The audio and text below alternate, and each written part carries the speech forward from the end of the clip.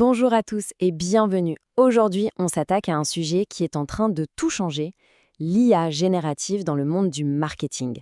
Et croyez-moi, ce n'est pas juste un nouvel outil à la mode, c'est une véritable lame de fond. On va décortiquer ensemble ce qui se passe réellement. Alors, pour bien comprendre cette révolution, on s'appuie sur l'excellent article de Didier Taormina qui a été publié en août 2025 sur le site iainfo.fr, la référence en France sur le sujet de l'IA. C'est notre point de départ pour tout ce qui va suivre. Allez, on commence fort avec un chiffre qui donne le ton. Plus de 3,5 milliards de dollars. Ce n'est pas de la science-fiction, c'est la valeur du marché de l'IA générative estimée pour 2025. On a dépassé le stade de la petite expérience, on est face à un géant économique qui est en train de redéfinir les règles. Et la preuve que ce n'est plus une option, la voici. 85%. Regardez bien, plus de 8 professionnels du marketing sur 10 se servent déjà de l'IA générative. Ce n'est donc plus une affaire de quelques pionniers, c'est la nouvelle norme. Voici le programme. D'abord, on va voir l'ampleur du phénomène. Ensuite, on parlera des bénéfices, mais aussi, et c'est crucial, des risques. Puis on verra que l'humain a toujours sa place et on terminera sur le grand défi qui nous attend tous. Allons-y. Première étape donc, une révolution en marche. L'IA générative, ce n'est plus un simple outil. C'est en train de devenir la colonne vertébrale, l'épine dorsale de toute la stratégie de contenu. Très bien, mais concrètement, qu'est-ce qu'on y gagne? C'est ce qu'on va voir maintenant.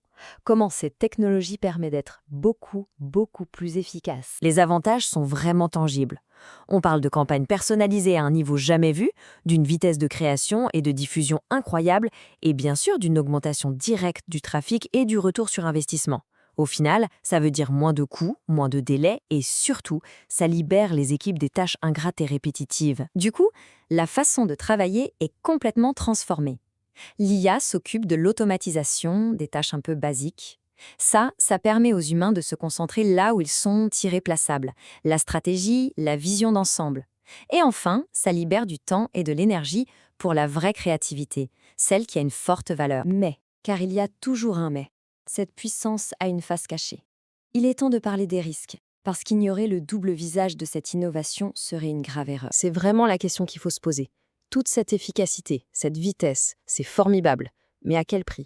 C'est le moment d'être un peu critique. Et voilà le grand paradoxe. D'un côté, on nous promet une créativité sans limite.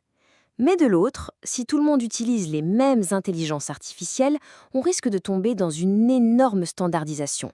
Un monde où tous les contenus se ressemblent. Et les dangers ne s'arrêtent pas là.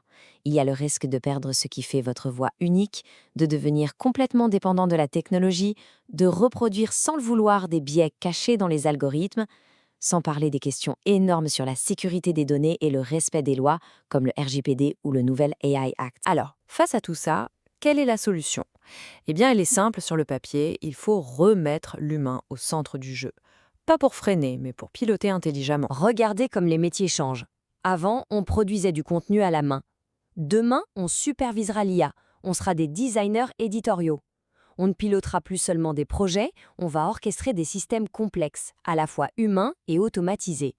Finalement, la compétence clé, ce n'est plus tant la technique que l'esprit critique et la curiosité. Et tout ça, ça tient en une expression fondamentale, la supervision humaine active.